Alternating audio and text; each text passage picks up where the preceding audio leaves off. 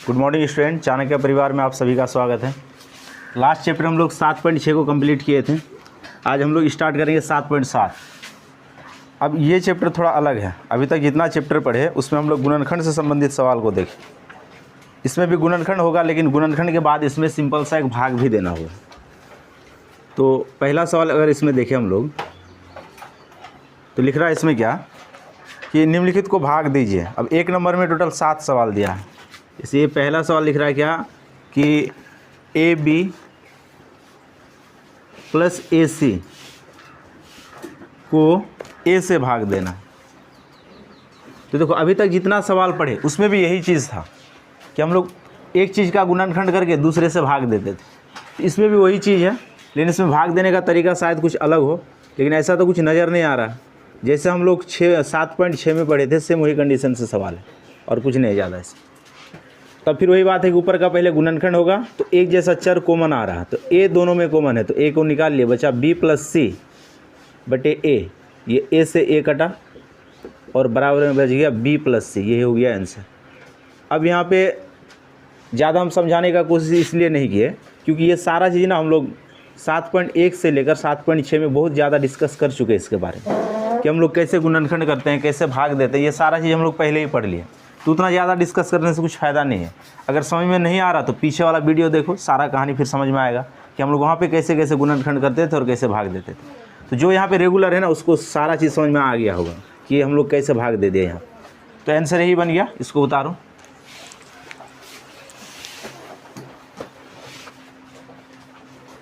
देखो ये 1 का 2 नंबर सवाल है। अब देखो एक जैसा चर कॉमन आ रहा है ऊपर में, और हम लोग गुणनखंड में यही चीज़ सीखे हैं कि एक जैसा चर कॉमन आएगा, या तो फिर एक जैसा संख्या, या फिर पदों का संख्या जोड़ा जोड़ा में आ जाएगा, या फिर सूत्र में बैठेगा। यही 3-4 बात में सारा गुणनखंड होता है। लेकिन ऊपर में देखो एक जैसा चीज़ कॉमन है, देखो यहाँ पे A 3 बार, यहाँ पे 4 बार, तो कम से कम 3 बार तो दोनों में है, निकल रहा है। B यहाँ पे 2 बार, यहाँ पे 3 बार, कम से कम B 2 बार है, दोनों में निकल रहा है। तो मतलब A निकलेगा 2 बार 3 बार और B निकलेगा 2 बार, यहाँ से निकल जाएगा ये चीज़। अब देखो यहाँ पे क्या बचा, A 3 बार था, निकल गया। B था 2 बार, ये भी निकल गया। तो यहाँ पे कुल मिला के 1 ही बचा है, माइनस यहाँ पे था A 2 बार 4 बार, 3 बार निकल गया तो 1 बार बचा। B था यहाँ पे 3 बार, 2 बार निकल गया, बचा 1 बार। तो फाइनली ऊपर में यही चीज़ बचा, और नीचे में क्या बचा A² B, ये पहले से ही है। अब यहाँ पे ध्यान दें, ऊपर में A 3 बार, नीचे में 2 बार, तो कट के 1 बार ही बचा ऊपर में। B ऊपर में 2 बार, B नीचे में 2 बार, तो 1 बार ही बचा ऊपर में। क्योंकि घात और घातांक वाला रूल हम लोग को पता है कि अगर आधार समान हो भाग में तो घात घट जाता है। A ऊपर में 3 बार, नीचे 2 बार, तो 1 बार ऊपर में बचा। B ऊपर में 2 बार, नीचे में 1 बार, तो ऊपर में 1 बार बचा, और घर के अंदर बचा 1 माइनस AB। तो आंसर ये भी हो सकता है, या फिर इसको तुम अंदर ले आके गुना कर दो, वो भी आंसर हो सकता है। तो अगर इसको अंदर ले आके गुना करें तो 1 से गुना करेंगे तो AB माइनस AB गुना AB, तो A² B², दोनों में स्क्वायर आ जाएगा। क्योंकि A अब 2 बार हो गया तो 2, B 2 बार हो गया तो 2, ये भी आंसर हो सकता है। तो जो आंसर लिखा हुआ है दोनों सही आंसर। तो यहाँ तक उतारो, फिर देखते हैं सवाल आगे।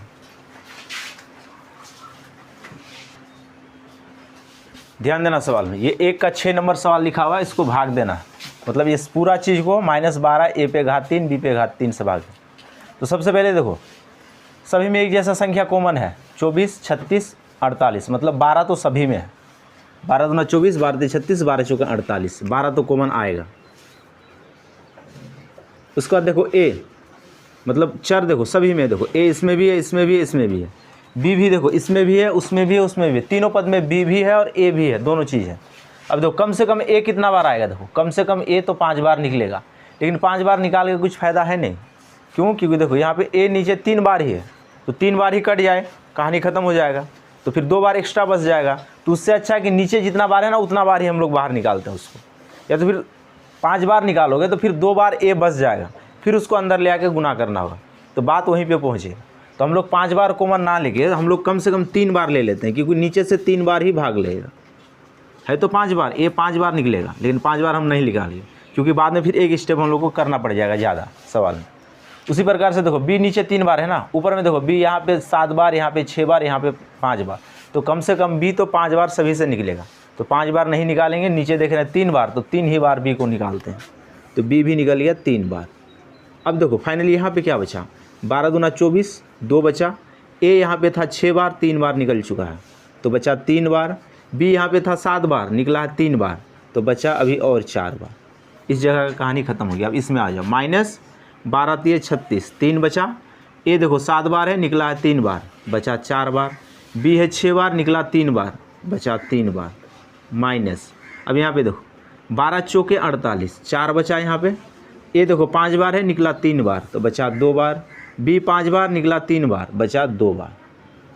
अब नीचे में देखो, नीचे में है क्या, -12 ए पे घात 3 बी पे घात 3। देखो ये पूरा इससे कट जाएगा और सिर्फ नीचे में माइनस बचा। तो नीचे में माइनस लिखो या फिर ऊपर में माइनस लिखो, बात बराबर है। भिन्न में एक चीज़ याद रखना कि मान लो कि इस प्रकार से 1/2 दिया हुआ है तो माइनस यहाँ लगाओ, या कोई माइनस को अगर इस लकीर के सामने लगा दे, भिन्न के सामने, या फिर कोई माइनस को नीचे लगा दे। तीनों का मतलब एक ही होता है, कोई अंतर नहीं है। तीनों का मीनिंग एक ही होता है कि माइनस में या तो हर में रखो, अंश में रखो या फिर सामने रखो। तीनों का मीनिंग गणित में एक ही होता है। ठीक है।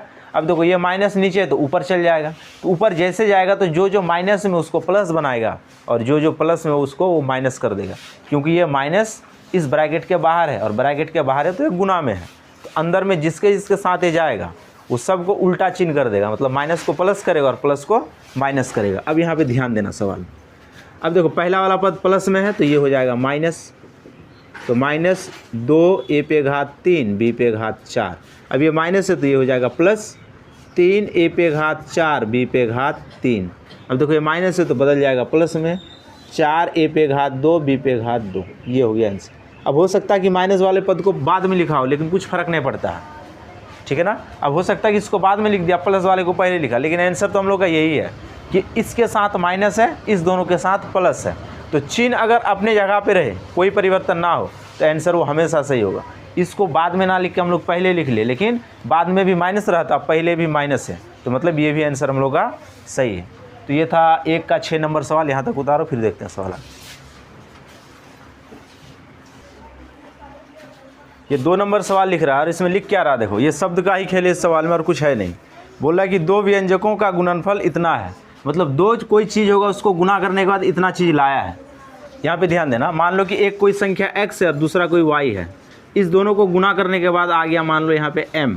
ऐसा सवाल बोल रहा है कि 2 कोई संख्या होगा x और y, दोनों को जब आपस में गुना किए तो गुणनफल में हम लोग को m प्राप्त हुआ। अब फिर आगे बोल रहा है क्या, तो यदि इनमें से एक व्यंजक 3mn है, मतलब इसमें से एक दे दिया 3mn, तो दूसरे का मान क्या होगा। तो मतलब ये चीज़ दिया ही नहीं, क्या कर दिया ये कि इस दोनों को गुना किया, गुना करने के बाद xy आ गया और बता दिया कि इसमें से एक y है। ऐसा बोल रहा है कि इसमें से एक y है, तो y का बार इससे भाग दे तो निकल जाएगा क्या, x निकलेगा। या फिर ऐसे सोचो कि एक संख्या है तुम्हारा मान लो 3x + 2 और एक संख्या तुम्हारा 5x + 3। अब इस दोनों को आपस में गुना कर दिया तो गुना के बाद आ गया मान लो यहाँ पे 6x² + 5x² + 7x + 2, कुछ भी आ सकता है, ऐसा मान लिया हम लोग। ठीक है। अब इसको गुना करने के बाद इतना आया तो बोल रहा है कि एक दिया हुआ, मान लो ये वाला दे दिया और ये वाला दिया ही नहीं था, ये दिया ही नहीं था, किसके साथ गुना करने के बाद ये वाला आएगा। तो ये कैसे निकलेगा, जब इसको इससे भाग दे दें। अब इसको संख्या में समझो कि मान लो कि एक संख्या 4 है, अब दूसरा संख्या क्या है नहीं पता, लेकिन इस दोनों को गुना करने के बाद 20 आया। ऐसा मान लो कि एक संख्या 4 है, दूसरा संख्या क्या पता नहीं क्या है, नहीं मालूम हम लोग, लेकिन जब इस दोनों को गुना कर दिया तो 20 आया। तो बोल रहा है कि ये वाला संख्या था क्या, तो हम लोग क्या करेंगे, इसको इधर ले आके भाग दे देंगे। तो जब इसको इधर ला के भाग दे देंगे तो 4 × 5 = 20, तो मतलब ये वाला संख्या था क्या, 5।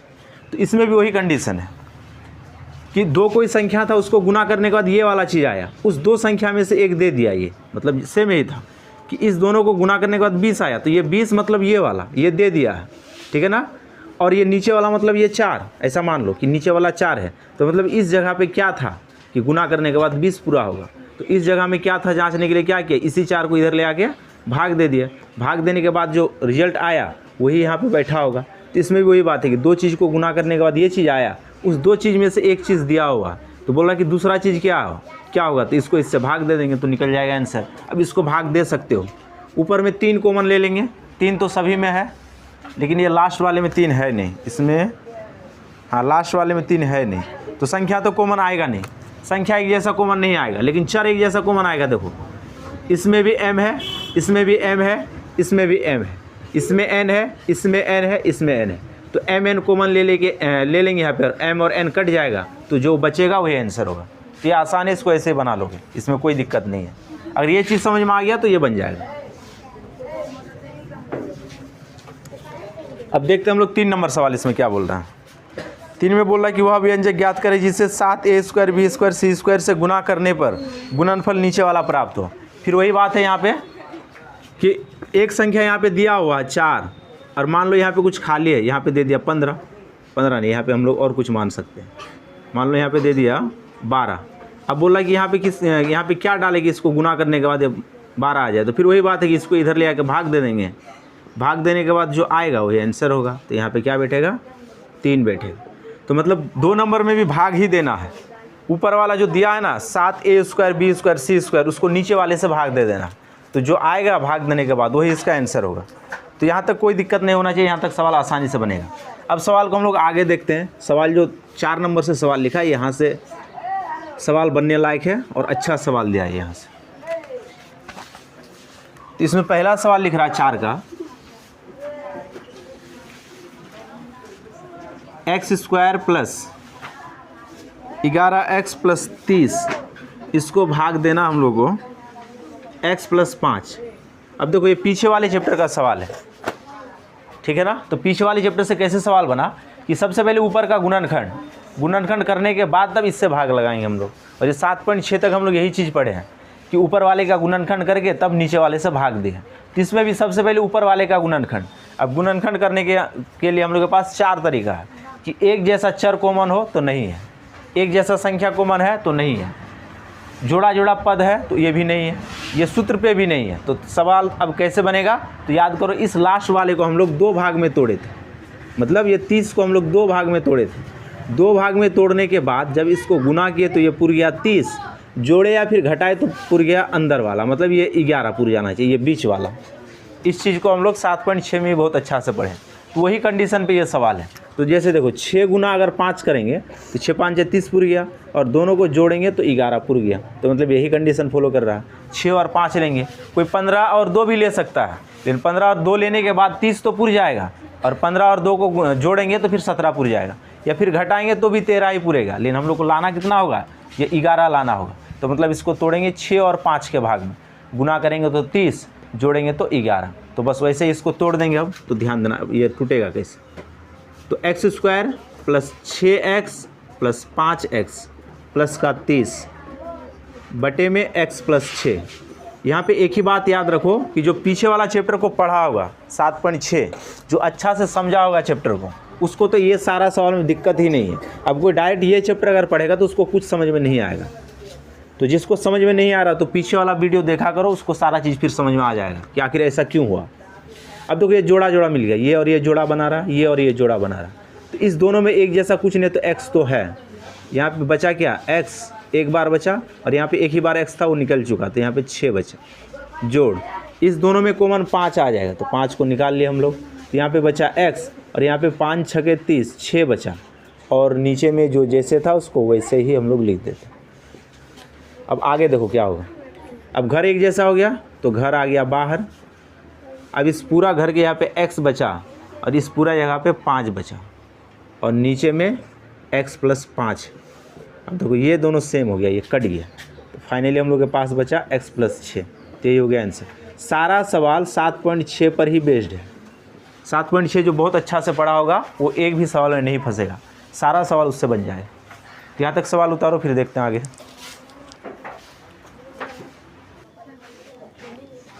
तो कहीं 4 नंबर का 14 नंबर सवाल, इसमें बहुत सारा सवाल दिया है, इसमें 15 सवाल दिया है। तो देखो इसका भाग देना इसके साथ। अब कैसे भाग लगेगा ये, तो देखो एक जैसा चर तो कॉमन है ही नहीं, यहाँ तक तो ठीक है, x निकल रहा, लेकिन फिर ये 3 बच जाता। तो एक जैसा चर रहा था तो x को निकाल लेते, उसके बाद भाग दे। संख्या भी एक जैसा कॉमन है ही नहीं। जोड़ा जोड़ा पद देखो, जोड़ा बना रहा है, ये जोड़ा बना रहा है, ये जोड़ा बना रहा है, मतलब जोड़ा जोड़ा पद पे काम हुआ है। लेकिन देखो जोड़ा जोड़ा पद में तो काम हुआ, लेकिन जोड़ा जोड़ा में जो चीज़ निकल के आएगा और ब्रैकेट के अंदर जो बचेगा उसमें 2x पे घात 3 और प्लस 1 ये वाला चीज़ बचना चाहिए। तो इसको हम लोग कैसे बचा सकते हैं, सोचो देखो, ये 2x पे घात 5 और हम लोग इससे कॉमन क्या ले लें, ये वाला देखो, ये इसको और इसको जोड़ा बना देते हैं, क्योंकि यहाँ पे एक्स स्क्वायर कॉमन आ जाएगा तो बच जाएगा 2x पे घात 3 और प्लस का 1। यहाँ पे थोड़ा सा दिमाग अपना चलाना होगा तब ये सवाल बनेगा, क्योंकि हर एक चीज़ को डायरेक्ट देगा नहीं, ये एक जोड़ा बन जाएगा। उसी प्रकार से देखो, ये 10x पे घात 4 और 5x वाला एक जोड़ा बन जाएगा। पहले जोड़ा बना लेते हैं तब देखते हैं कि क्या क्या निकल रहा दोनों के सब जोड़ा में से। ये एक जोड़ा बना लिया ये अपना। उसके बाद देखो बच गया क्या, प्लस में 6x पे घात 3 और प्लस का 3, ये एक जोड़ा बना रहा है। और नीचे में जैसे जो था उसको वैसे लिखते हैं हम लोग। अब ध्यान देना, इस दोनों में x दोनों में कॉमन आएगा तो कम से कम 2 बार तो दोनों में x, तो 2 बार निकाल लेते हैं हम लोग। तो यहाँ पे बच गया क्या, 2x पे घात 3 और यहाँ पे कुछ नहीं बचा तो 1 तो बचा है, क्योंकि यहाँ पे x 2 ही बार था, वो निकल चुका है। उसी प्रकार से अगर इसमें देखें तो दोनों में तो 5 है, 5 के साथ साथ दोनों में कम से कम x तो 1 बार है, इसके पास 4 बार, इसके पास 1 बार, तो 1 बार तो कम से कम दोनों में है। तो यहाँ पे बचा कितना, 5 दूना 10, x पे घात 3 बच गया क्योंकि 1 बार निकल चुका है, और यहाँ पे बच गया 1। उसी प्रकार से अगर इसमें देखें तो इसमें 3 दोनों में है, इसमें भी 3 है, इसमें भी 3 है, इसके अलावा दोनों में कुछ नहीं है। तो 3 दूना 6, x पे घात 3 प्लस 1, x निकला ही नहीं तो x अपने यहाँ पे रह गया, और बटे में जो था उसको ऐसे बैठा देते। अब देखो घर एक जैसा हो गया सब जगह, यहाँ से वहाँ तक देखो तीनों घर एक जैसा है, तो अब घर को मना जाएगा यहाँ पे। तो अगर घर को हम लोग निकाल ले इस प्रकार से, तो देखो ये पूरा जगह पे बचा x स्क्वायर, इस पूरा जगह पे बचा 5x, इस पूरा जगह पे बचा 3, और नीचे में 2x पे घात 3 प्लस का 1। अब देखो इससे ये कट गया क्योंकि दोनों सेम था। फाइनली हम लोग के पास यहाँ पे हम लोग के पास सिर्फ और सिर्फ बचा क्या, x square plus 5x plus 3, यही चीज़ बचा, इसके अलावा और कुछ बचा नहीं। तो ये थोड़ा दिमाग का खेल था सवाल में, और कुछ था ही नहीं, क्योंकि 7.1 से लेकर 7.6 तक पढ़े हो तो इतना तो दिमाग चलाने के लिए काम करेगा वो, ठीक है ना। तो इतना उसका बनता भी है सवाल देना। तो आज हम लोग देख लिए क्या, 4 नंबर तक देख लिया, 7.7 का हम लोग 4 नंबर तक सवाल में डिस्कस कर लिए।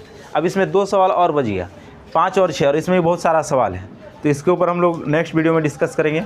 आज हम लोग वीडियो को यहीं पे समाप्त करते हैं। धन्यवाद।